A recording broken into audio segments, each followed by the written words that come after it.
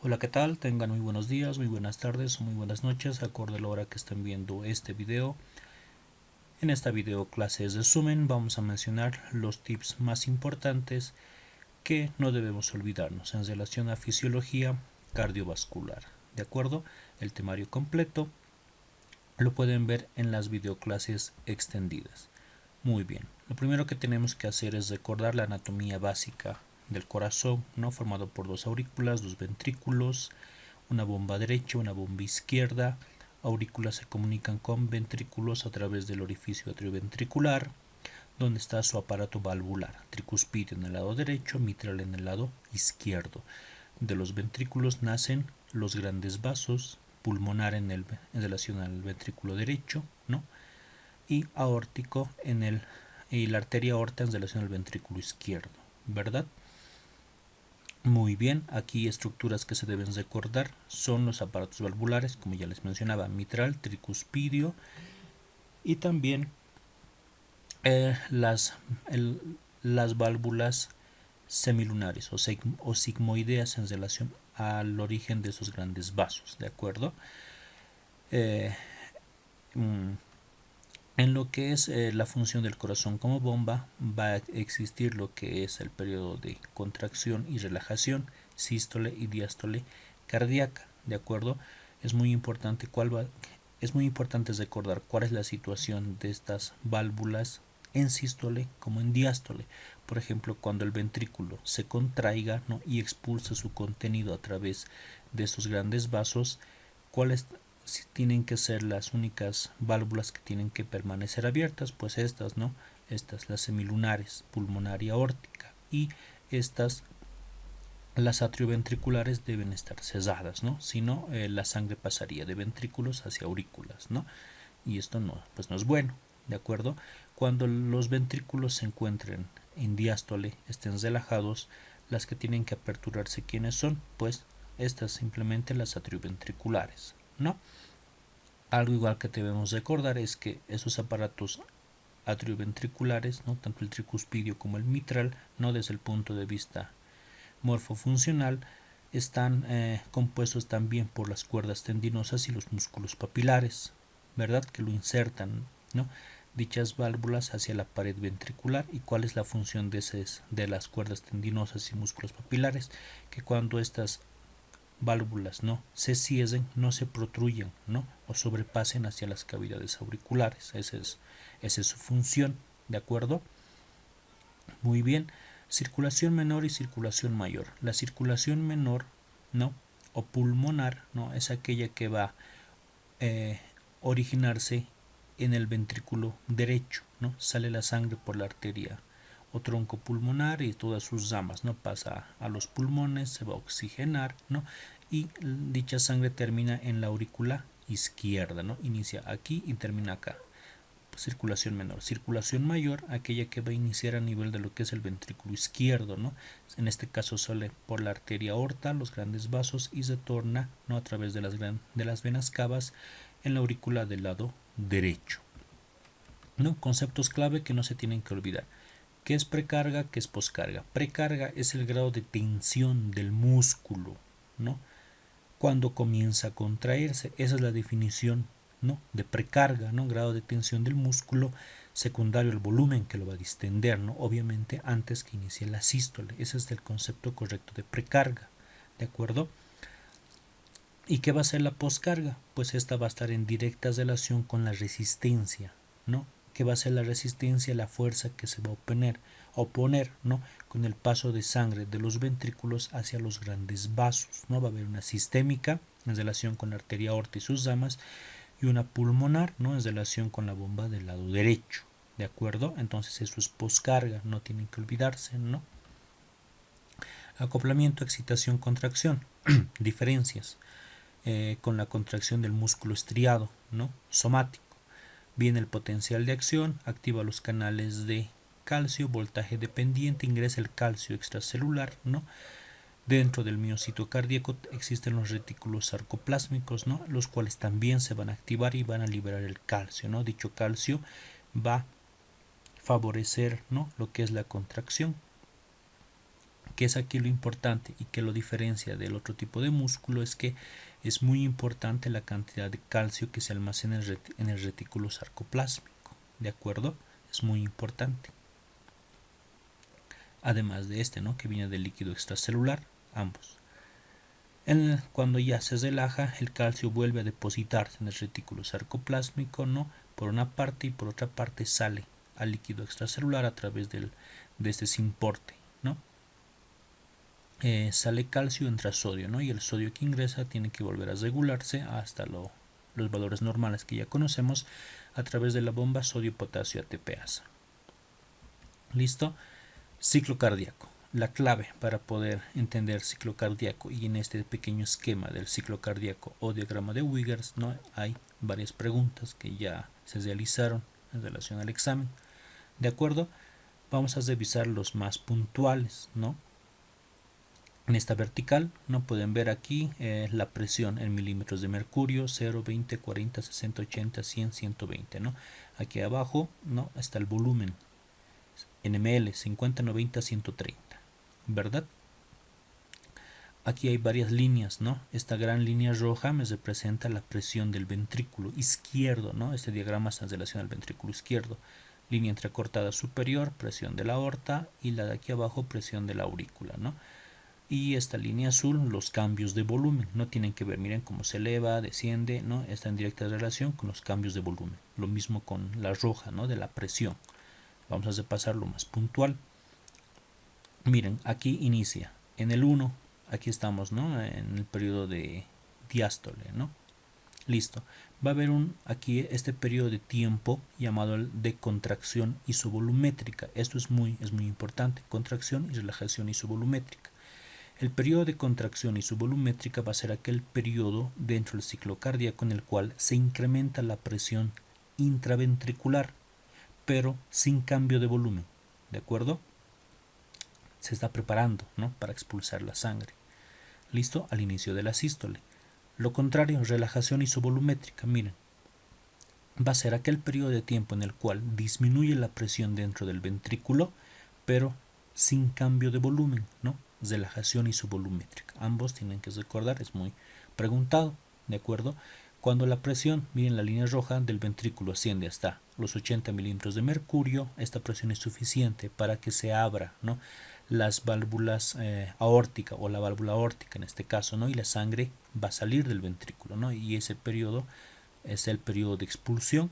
Y como pueden ver aquí ahora en la línea azul del volumen, ¿no? La cantidad de sangre disminuye de lo que era 120, 130 hasta los 50 ml. ¿Listo? Luego el periodo de relajación, que ya lo definimos, ¿no? La presión dentro del ventrículo, miren, ahora cuando este está alrededor de los 120, 110, ¿no? 100, ¿no? Se va a producir lo que es el cierre de la válvula aórtica, ¿no? Para evitar el reflujo de sangre de la aorta hacia el ventrículo izquierdo. ¿Listo? Muy bien, ¿no? Luego viene el periodo de llenado rápido, en el cual la sangre, ¿no? Proveniente de la cava superior pasa de la aurícula al ventrículo, el periodo de diástasis, el periodo de mayor llenado ventricular, ¿no? Y por último la sístole auricular, ¿no? Que sirve como bomba de cebado expulsando su último 30%. Y luego se repite el ciclo, otra vez. ¿De acuerdo? Al mismo tiempo podemos ver, ¿no? Cómo se relaciona con el electro. Onda P, contracción auricular, complejo QRS, contracción ventricular. Onda T, relajación ventricular. ¿Listo? Presiones y volúmenes durante el ciclo. Sencillo.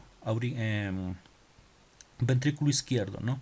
Cuando el ventrículo izquierdo se contrae llega hasta 120 milímetros de mercurio. Cuando estás relajado tiene que ser 0, ¿no? La presión que se mantiene la sangre en la aorta 120-80, lo que me da la presión arterial. ¿Listo? La presión en las aurículas cuando está en diástole relajado tiende a estar en 0, ¿no? De 0 hasta 3 incluso, ¿no? Pero 0, baja. Cuando estas se contraen se eleva a los valores que ven acá, aurícula derecha hasta 4 a 6, aurícula izquierda de 7 a 8. ¿Listo? Hay que complementar con la del lado derecho. El ventrículo derecho, ¿no? Se contrae hasta una presión de 25 milímetros de mercurio, ¿no? Y cuando se relaja obviamente va a ser 0, ¿verdad? En la arteria pulmonar, la presión con la que va a circular en la arteria pulmonar es 25-10, ¿no? Esto a nivel del mar, ¿no? En la altura, ¿no? Dentro de fisiología de la altura, este valor va a encontrarse elevado, 30-15, va a ser 30-15, y la presión arterial media pulmonar también va a ser diferente. Conceptos básicos que no tienen que olvidarse: volumen telediastólico, ¿no? Recordar proto, meso, tele, proto al inicio, meso al medio, tele al final. Volumen telesistólico, volumen al final de la diástole, ¿no? Cuando se carga por completo, 110 hasta 120 ml. Volumen sistólico, la cantidad de sangre que es expulsada, ¿no? Del total, miren, solo se expulsa 70 ml. ¿Listo? Volumen telesistólico, el volumen que queda en la parte final de la sístole, cuando está finalizando, su remanente, 40-50 ml. No se expulsa todo, ¿no? Y simplemente es una resta de esto con esto, ¿no? Y sale esto. Fracción de eyección, lo mismo, pero en porcentaje, ¿no? Que es el volumen expulsado en fracción, es el 60%. No olvidar esta fórmula, muy importante: frecuencia cardíaca por el volumen latido, ¿no? Nos va a dar lo que es el gasto cardíaco, la cantidad de sangre que se expulsa en cada ciclo, ¿no? En un minuto, ¿no? Y lo normal es de 5 litros por minuto, ¿no? Y ahí está la fórmula, cómo se la puede realizar, ¿no? Latidos por minuto por el volumen minuto, ¿no? 70 ml, y ahí está, si les pidieran sacar en ejercicio. En relación a la regulación del bombeo cardíaco, de la regulación intrínseca, no olvidar mecanismo de Frankenstein. ¿En qué consiste? Frente a una mayor distensión, ¿no? de las fibras miocárdicas, mientras más se distiende el miocardio, que va a producir una mayor fuerza de contracción, ¿no? Y por lo tanto la cantidad de sangre también va a ser mayor, ¿no? Frente a una mayor distensión, una mayor fuerza de contracción y mayor cantidad de sangre va a ser bombeada. ¿De acuerdo? Regulación nerviosa va a ser dada tanto por el simpático como por el parasimpático. Lo resumimos así: el simpático va a ser el que va a estimular las funciones cardíacas, ¿de acuerdo? Incrementa también la presión arterial, y el parasimpático va a disminuir las funciones cardíacas. ¿Listo? Muy bien. ¿Cuáles van a ser los ruidos cardíacos? Aquí es muy importante, ¿no? Recordar que tenemos primer ruido, segundo ruido, tercer ruido, cuarto ruido, ¿no? Hasta el tercer ruido es normal. La presencia del primer y segundo ruido es lo normal, tanto en niños como en adultos. El tercer ruido es fisiológico en los niños, ¿no? Y el cuarto ruido ya es netamente patológico, ¿de acuerdo? Tanto en niños como en adultos. El tercer ruido es patológico en adultos, pero fisiológico en los niños. Aquí tienen que recordar, y ya fue preguntado, el primer ruido, ¿no? ¿Se debe a qué fenómeno? Al cierre de las válvulas auriculoventriculares. Listo, ese mecanismo de cierre de dichas válvulas va a producir el primer ruido cardíaco. Segundo ruido, cierre de las válvulas arteriales o sigmoideas o semilunares, aórtica y pulmonar. Tercer ruido se va a generar por las vibraciones que genera la sangre cuando entra desde las aurículas al ventrículo, que está poco distendido. Cuarto ruido se genera por las vibraciones que se generan por la contracción auricular, y este es sinónimo de cardiopatía, ¿de acuerdo? Focos de auscultación, no los más importantes por lo menos. Foco aórtico pulmonar se encuentra a nivel del segundo espacio intercostal. El aórtico, borde paraesternal derecho, y el pulmonar, borde paraesternal izquierdo, ¿no? El foco mitral, ¿no?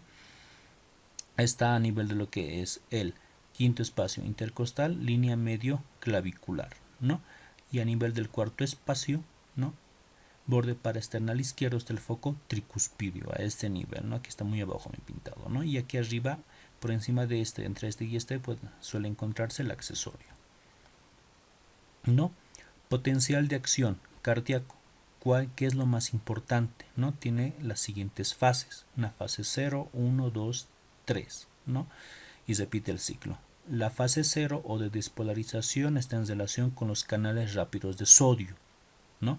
Pregunta de examen: la fase 1, en el que hay una pequeña despolarización en relación a los canales de potasio, ¿no? Pero es pequeñita, ¿no? Y luego tiene un descenso lento y me forma la meseta, ¿verdad? Es más larga, ¿no? Ya que y esta meseta está en relación con el tiempo, ¿no? de contracción. Esta meseta está en relación con los canales lentos de sodio y calcio. Pregunta, ¿no? Luego la fase 3 de despolarización con la salida de potasio. ¿No? Es recordar que es hiperpolarización, ¿no? Es cuando el potencial de membrana en reposo se hace más negativo de lo normal, ¿no? En relación a los miocitos cardíacos, su potencial de membrana en reposo es de menos 90 milivoltios, ¿verdad? Es lo normal, pero digamos si estuviera en menos 120, menos 130, ¿no? Está muy por debajo, ¿no? Y ahí se llama que está hiperpolarizado. Consecuencia de una hiperpolarización de cualquier célula excitable es que se aleja del potencial umbral y es más difícil que se produzca un potencial de acción. ¿Listo? En relación al proceso de activación del corazón, ¿no? Es importante recordar cuáles son los componentes. Tenemos al nodo sinusal, ¿no? Que está en la cara superior de la aurícula o de Katie-Flack, ¿no? Luego tenemos el nodo atrioventricular o la Shoft-Tabara, que está en la parte inferior de esta aurícula, por delante del orificio del seno coronario, ¿no? Luego de esta van a ser el haz atrioventricular o haz de His, rama izquierda, rama derecha y las fibras de Purkinje, ¿de acuerdo? Del nodo sinusal o de Katie-Flack van a partir vías específicas e inespecíficas, ¿de acuerdo? Dentro de las específicas mencionamos Bachmann, Weckenbach y Torel, ¿no? Que se comunican con el nodo atrioventricular. Luego de este nace el haz atrioventricular o haz de His, que pasa por la porción fibrosa, ¿no? Del tabique interventricular, que funciona como cinta aislante, ¿no? Miren, el proceso de activación del corazón tiene que ir en una sola dirección, ¿ya?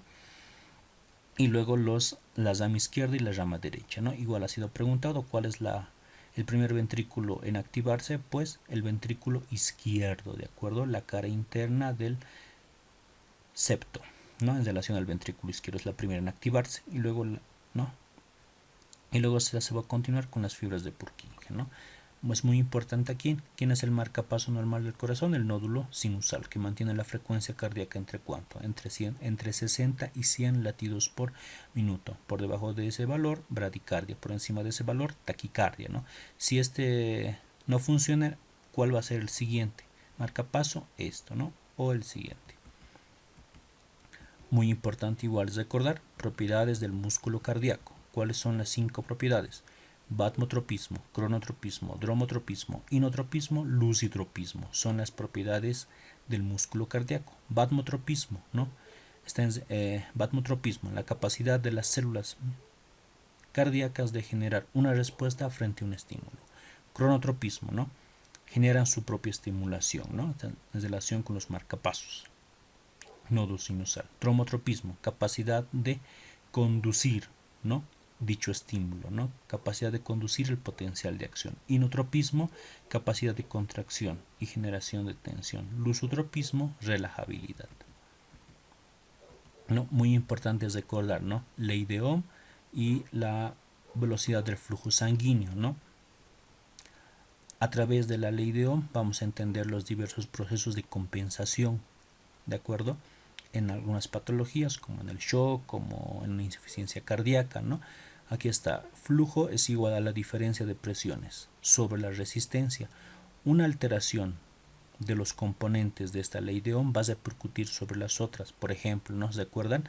Aumento de la resistencia a nivel sistémico, ¿no? Que me va a producir una disminución del flujo, ¿no? Menos sangre, ¿no? ¿Se acuerdan la del ventrículo? ¿No? Si aumenta la resistencia, por ejemplo, en la arteria aorta, el ventrículo no va a poder expulsar de forma adecuada, ¿no? Su contenido y el flujo va a ser menor, ¿no? Y por lo tanto la presión arterial va a ser menor, ¿de acuerdo? Ejemplo, ¿no? Ese es el ejemplo. No se debe confundir con esto. Miren, velocidad del flujo sanguíneo. La velocidad es igual al flujo o gasto cardíaco sobre la resistencia, ¿no? En este caso, es representando a dicha resistencia el área del vaso sanguíneo, ¿de acuerdo? Por ejemplo, cuando un vaso eso en la parte periférica, ¿no? Cuando un vaso sanguíneo está en vasoconstricción, ¿no? Aumenta la resistencia, pero en relación a la velocidad la va a incrementar, ¿no? Disminuye la resistencia de un vaso, aumenta la resistencia de un vaso se contrae, ¿no? Es como apretar una manguera, ¿no? Y se incrementa la velocidad, ¿de acuerdo? Y de esa manera me puede incrementar la presión arterial, ¿de acuerdo? Es una forma de regulación. Por ejemplo, en los vasos dilatados en una vasodilatación, que va a haber disminución del área, disminución de la resistencia. En este caso, ¿cómo se afecta la velocidad del flujo sanguíneo? Pues va a disminuir, ¿no? ¿De acuerdo? Muy bien. Presión arterial, ¿no? Es la fuerza que va a ejercer la sangre contra el endotelio. ¿De acuerdo? Tiene dos componentes, sistólico y diastólico. El sistólico dependiente de volumen, el diastólico va a depender de la resistencia. ¿De acuerdo? Conceptos básicos, ¿no? Para hipertensión. Si hay un aumento de volumen, aumenta y en la regulación, ¿no? Si hay un aumento de volumen, va a aumentar la presión arterial sistólica, ¿no? Si aumenta la resistencia vascular sistémica, ¿no? Como consecuencia en el ventrículo, ¿qué me puede producir? Hipertrofia ventricular, ¿no? De ahí es que, comprendiendo estos conceptos básicos, ¿no? En los pacientes con hipertensión arterial sistólica, ¿no? Se puede actuar a nivel del volumen, ¿no? Disminuyendo el volumen arterial circulante efectivo, ¿no? La de tipo diastólico, hipertensión arterial diastólica, ¿no? ¿Cómo se puede trabajar, ya que esta está en relación con la resistencia? Pues, ¿no? Fármacos que disminuyan dicha resistencia. ¿De acuerdo? De todas las fórmulas que deben recordar son las siguientes, las más importantes. La presión de pulso, ¿no? Que lo normal es de 40 a 50 milímetros de mercurio. Y ahí está la fórmula, ¿no? Presión arterial sistólica menos la diastólica, ¿no? En alteraciones individuales de la sistólica o la diastólica pueden estos valores verse modificados, ¿no? Presión arterial media, ¿cuál es la importancia de mantener una adecuada presión arterial media, ¿no? Entre 90 y 100 milímetros de mercurio? Es que va a estar en relación con la perfusión tisular adecuada, ¿no? Pueden memorizar cualquiera de las fórmulas, ¿no? Mencionamos una de ellas. 2 por la presión arterial diastólica, ¿no? Digamos 80, ¿no? 2 por 80, 160, más la presión arterial sistólica, digamos 120. El resultado, ¿no? Lo dividimos entre 3 y si está el valor entre 90 a 100 se considera normal. ¿Listo? Dentro de la regulación de la presión arterial puede ser rápida, puede ser en un tiempo intermedio en minutos, la rápida es en segundos, intermedio en minutos y la lenta es dado por los órganos como el riñón y el pulmón a largo plazo, ¿de acuerdo? En la parte nerviosa, ¿no? Es recordar que si disminuye la presión arterial, ¿no? Esa disminución de la presión arterial, ¿no? Va a ser captado por los vasoreceptores y el estímulo a través del vago y el glosofaringio va al sistema nervioso central y este manda una respuesta, ¿no? Que va a estimular al sistema nervioso simpático, ¿no? Si disminuyera la presión, ¿no? ¿Y qué hace el simpático? Incrementa las funciones cardíacas, ¿no? Incrementa el gasto cardíaco, ¿no? Y a nivel de los vasos, ¿qué me va a producir? Vasoconstricción, ¿no? De esa manera me va a modificar la velocidad, ¿no? Del flujo de sangre dentro del vaso y de esa manera me lo regula la presión arterial, ¿no? No, si fuera lo contrario, estimularía el parasimpático, ¿no? Para que se disminuyan las funciones cardíacas y disminuya la presión arterial. Otro muy importante que lo vamos a repasar acá es el sistema renina-angiotensina-aldosterona. ¿Listo? Igual, muy preguntado. Disminuye la presión arterial, ¿no? Disminuye la cantidad de sangre, ¿no? Que pasa por la arteria renal, ¿no? Eso va a disminuir el filtrado glomerular, ¿verdad? Va a disminuir la cantidad de sodio que va a llegar a la mácula densa. Este va a mandar una señal al aparato yuxtaglomerular para que libere renina. La renina, ¿qué va a hacer? Va a convertir al angiotensinógeno, ¿no? Que se ha producido en el hígado y lo va a convertir en angiotensina del tipo 1, la cual va a pasar a convertirse en angiotensina del tipo 2 gracias a la ECA, ¿no? Otra enzima pulmonar, enzima convertidora de angiotensina, y esta va a tener varias funciones que lo van a ver en los desgloses de las clases extensas, ¿no? Por un lado va a ir a las glándulas suprarrenales para que este sintetice aldosterona. ¿Qué va a hacer la aldosterona? Va a absorber sodio y va a eliminar potasio, ¿no? Con lo que absorbe sodio también se va a absorber agua, ¿no? Y va a incrementar la volemia, ¿no? Y de esa manera regula la presión arterial. También, ¿qué hace? Me produce vasoconstricción, ¿no? De los vasos arteriales y de esa manera aumenta la resistencia, de esa manera me incrementa la velocidad del flujo, ¿no? De la sangre ¿de acuerdo? Y de esa manera también me incrementa la presión arterial, ¿no? Por eso no confundir, ¿no? La forma correcta de interpretar ley de Ohm y la fórmula de la velocidad del flujo sanguíneo, ¿no? Este cuadro es muy importante, ¿no? También lo van a ver en la parte de cardiología de hipertensión arterial. Tienen que saber los valores normales, ¿no? Cuando se llama que es una presión arterial elevada, antes llamado prehipertensión, ¿no? Las recomendaciones, cuando es grado 1, cuando es grado 2, ¿no? Y cuando se denomina crisis hipertensiva, ¿de acuerdo? Y la clasificación básica de tipo urgencia y emergencia, que lo verán en la asignatura pertinente. Bueno, eso en relación a los tips y los puntos clave de fisiología cardiovascular que no tenemos que olvidarnos. Gracias, hasta una siguiente oportunidad.